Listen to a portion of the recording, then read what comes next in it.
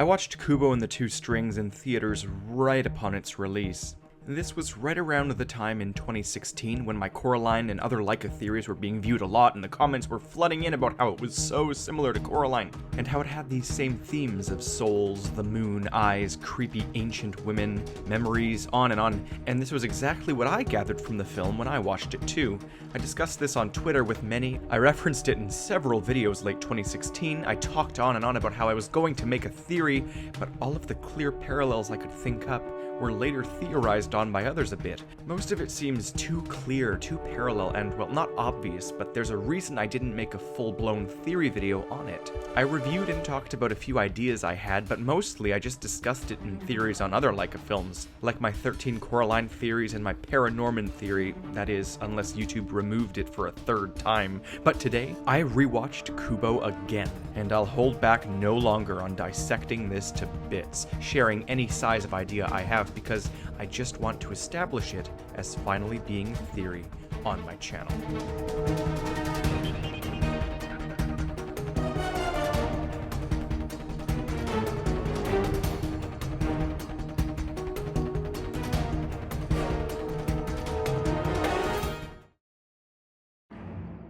Hello, I'm the Theorizer, and my rewatch mostly solidified ideas I noted down in the theater, the parallels between the Moon King's daughters and the beldam from Coraline, for example, or the idea of eye theft from a lunar entity, creepy porcelain faces, and soothing reverberant vocals, but as I always say, the Laika universe theory is for another day. My Paranorman theory started it, and I'll probably finish it this year, but for now, let's look at the man in the moon.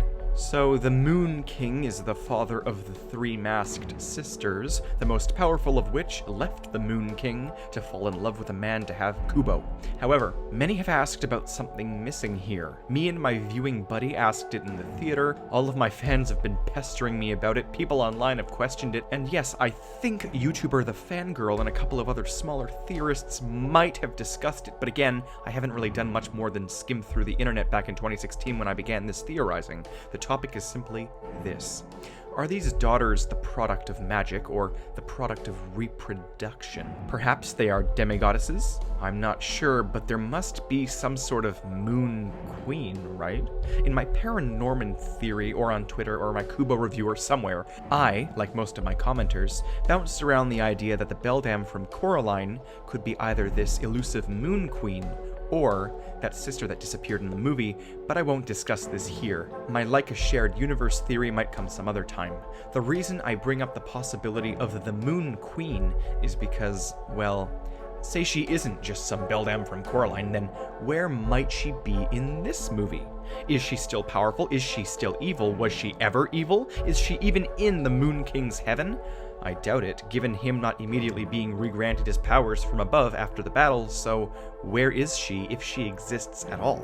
And yes, I know what you're about to say. Could she be the old woman who stands out from the other villagers? Who is mysteriously of greater acknowledgement to the film?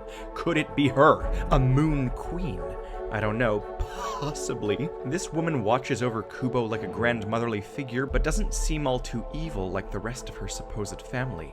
In my theorizing, and in the hundreds of notes I took during my rewatch, I mainly noticed the sun's symbolism with the moon, something Laika loves doing, but it takes a notable prominence here in this film. People have commented on the sun symbolism, and going back and checking in on the theories by others, particularly, yes, the fangirl, the idea of feminine sunlight has already come to fruition. The idea that the Moon King's wife could be the other half of the coin, and used this fact to stop hubby over here.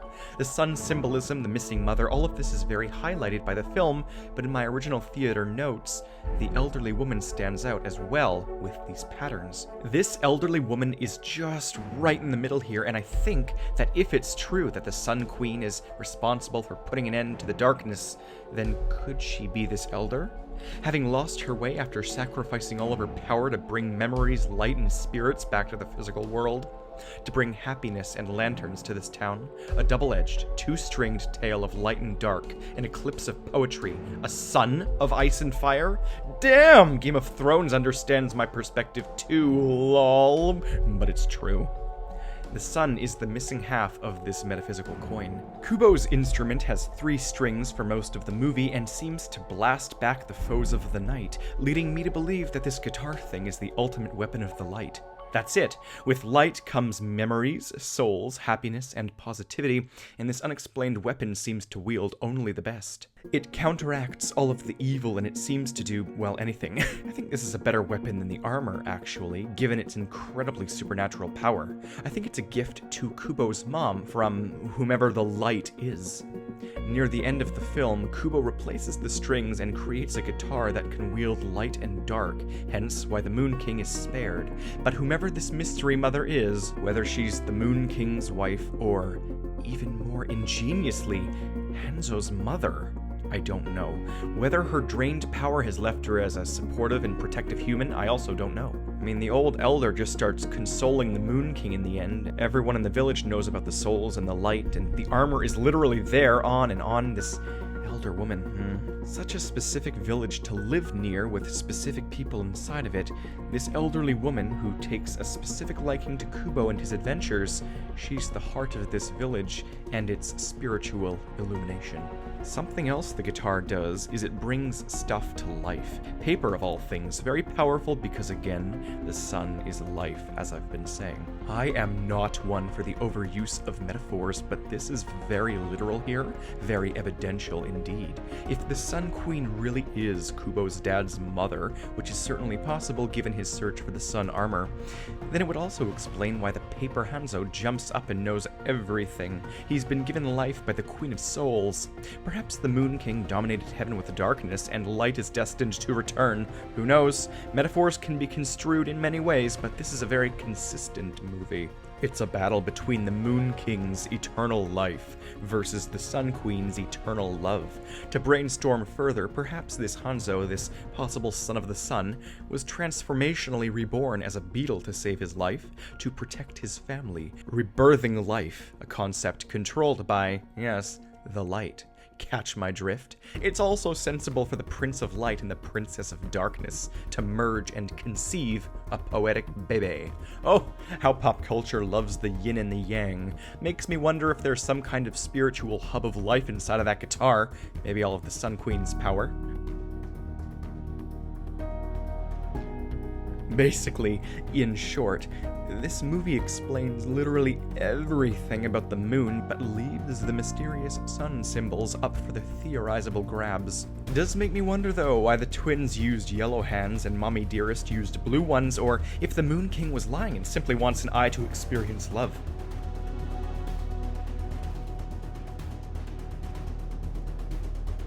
And while this video may feel scattered through brainstorming and symbolic analysis, we have in fact identified all of the key elements for evidence. A female sun monarch likely exists and is probably a mother to Kubo's mom or dad. If the guitar utilizes power of anti-darkness, then that would mean it's been blessed with the power of sunlight, probably leaving the goddess of light powerless and human, hence my idea of the standout sarcastic grandmotherly villager. Additionally, after or during her power loss to stop the evil Moon King, the goddess of light sends what I believe to be her son out to seek her powerful armor. As the last of her brightness drains away into the guitar, she is left human. Kubo's parents are both temporarily spared during last-ditch transformations, and in the end, Kubo, the ultimate mix of light and dark, wields his power with a poetic guitar of life and death, alongside his grandparents and those who wish to hear his story. His guitar and the two sides of this coin are so integral, the movie is named after it. The one thing I also noticed in my rewatch was at the very end, Laika has created a shared universe logo, which makes me desperately want to expand on the ideas that ended my Paranorman theory, because seriously, these sisters are literal beldams. And something I just noticed right now, actually, is that the beetle in this movie is almost identical to the ones on the beldam's wall in Coraline. The way Hanzo's antlers mimic the ones the beldam devilishly superimposes, it's all too similar. Laika, why?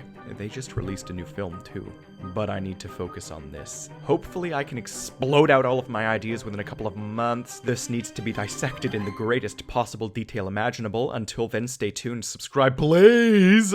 I'm the Theorizer.